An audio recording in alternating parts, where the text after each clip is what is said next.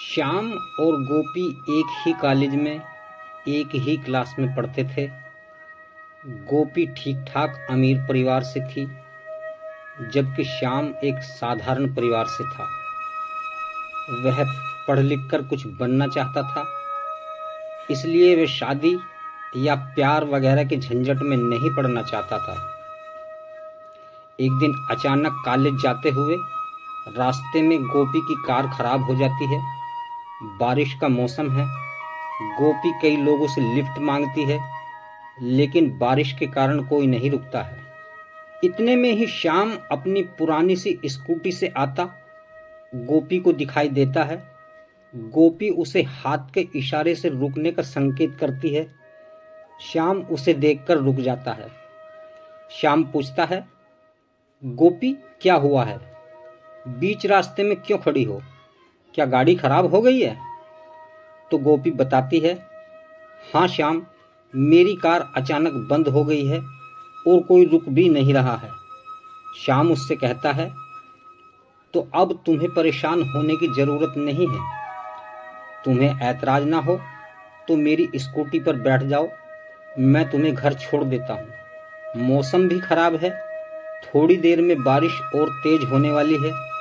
यहाँ आसपास कोई मैकेनिक भी नहीं है और अब कॉलेज जाने का कोई फ़ायदा भी नहीं है। गोपी श्याम की स्कूटी पर बैठ जाती है, मगर जैसे ही वह स्कूटी पर बैठकर श्याम को पकड़ती है तो दोनों को ऐसा लगता है कि मानो किसी बिजली के तार को छू लिया हो। दोनों के बदन में सनसनी सी बनकर एक लहर सी दौड़ जाती है और इतने ही बारिश भी तेज होने लगती है। बारिश से भीगने पर बदन की कपकपाहट आग में घी डालने जैसा काम करती है। दोनों के दिलों में मूक प्रेम कब बसेरा कर लेता है, इसका उन्हें पता भी नहीं चलता है। ना तो गोपी जुबान से कुछ कहती है और ना ही श्याम कुछ कह पाता है। अजीब इत्तेफाक की बात है दोस्तों कि पढ़ाई खत्म होने के बाद दोनों की नौकरी एक ही कंपनी में लग जाती है।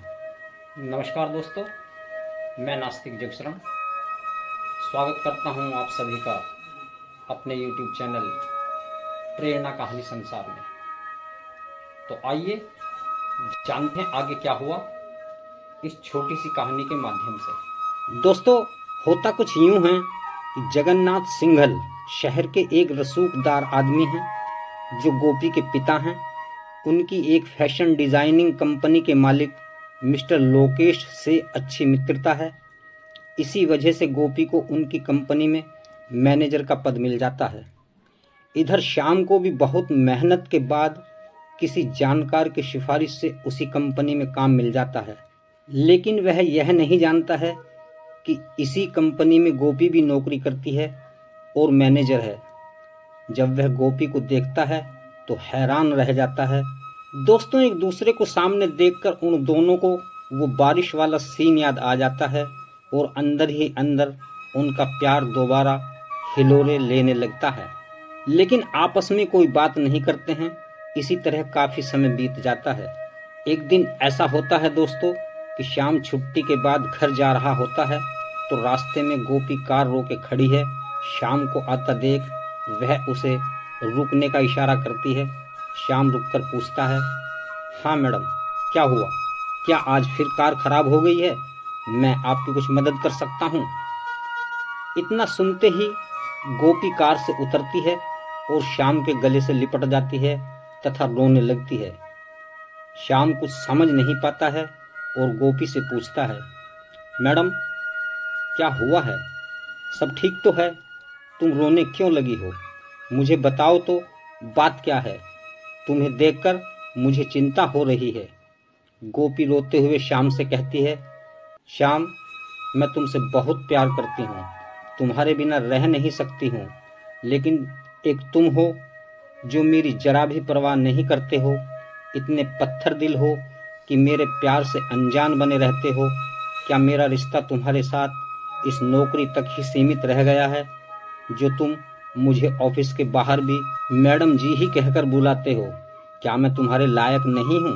दोस्तों, गोपी की बात सुनकर श्याम सन्न सा रह जाता है और गोपी से कहता है, नहीं गोपी, ऐसी बात नहीं है, बल्कि तुम उल्टा सोच रही हो। तुम नहीं मैं ही तुम्हारे लायक नहीं हूँ, इसी वजह से मैं तुमसे दूर रहता हूँ। तुम नहीं जानती हो कि मैं भी तुमसे बहुत प्यार करता हूँ। लेकिन क्या श्याम? गोपी पूछती है। लेकिन गोपी, हमारा मिलन मुमकिन नहीं है। तुम ऐशो आराम में पली हो, एक बड़े घर की बेटी हो, और मैं एक मामूली सा इंसान हूँ। तुम्हारे घर वाले कभी भी मुझे स्वीकार नहीं करेंगे। लेकिन श्याम, मैं तो तुम्हें अपना मान चुकी हूँ। यह कहते हुए गोपी श्याम को कुछ पलों के लिए अपनी बाहों में भींच लेती है, मगर जल्दी ही वह संभल जाती है, क्योंकि दोनों को किसी के देख लेने का भी डर है। अगले दिन दोनों कंपनी से जल्दी छुट्टी लेते हैं और घूमने के लिए राधा कृष्ण का मंदिर देखने जाते हैं। मंदिर में खड़े होकर दोनों एक दूसरे का हाथ थाम कर वादा करते हैं, हम इन दो प्यार करने वालों के मंदिर में इन्हीं के सामने एक दूसरे को अपनाते हैं और कसम खाते हैं कि जिएंगे तो साथ साथ और मरेंगे तो भी साथ साथ। गोपी कहती है कि हमने दो प्यार करने वालों के मंदिर में कसम खाई है श्याम, तुम मुझे बीच में ही तो नहीं छोड़ दोगे। श्याम कहता है, नहीं गोपी, कैसी बातें कर रही हो? लेकिन तुम्हें मुझसे एक वायदा और करना होगा कि जब तक मैं कुछ बन नहीं जाता हम शादी नहीं करेंगे। गोपी खुशी से हाँ कह देती है और दोनों मंदिर से बाहर आकर किसी एकांत जगह की ओर चले जाते हैं। दोस्तों, श्याम अपने काम में दिन रात मेहनत करता है और फैशन डिजाइनिंग में महारत हासिल कर लेता है। उसका शहर में नाम हो जाता है। बड़ी बड़ी कंपनियां उसे अपने पास बुलाने को आतुर हैं।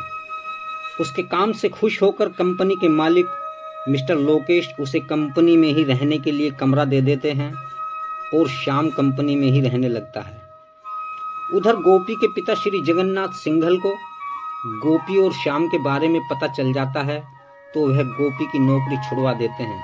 गोपी की नौकरी छूटने के बाद श्याम भी उदास रहने लगता है। उसका मन भी कंपनी में नहीं लगता है।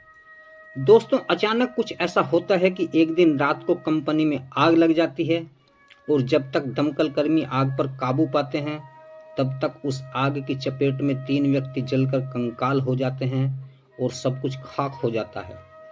इस घटना की खबर शहर के अखबारों के मुख्य पृष्ठ पर छपती है और गोपी इस खबर को पढ़ लेती है। खबर पढ़ते ही उसके सामने श्याम का चेहरा घूमने लगता है।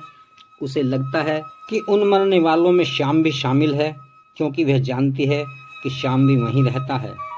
उसके दिमाग को जोर का झटका लगता है और वह पागल सी हो जाती है तथा श्याम श्याम करके चिल्लाने लगती है। गोपी के पिता श्री जगन्नाथ व माँ सावित्री देवी डॉक्टर को बुलाकर उसका खूब इलाज कराते हैं, लेकिन अंत में डॉक्टर कहता है कि इसे गहरा सदमा लगा है, इससे इसकी दिमागी हालत ऐसी हो गई है। इसका जल्दी ठीक होने का केवल एक ही इलाज है कि किसी तरह इसकी मुलाकात श्याम से हो जाए, लेकिन वो अब मुमकिन नहीं है। इस बात को 3 महीने बीत जाते हैं।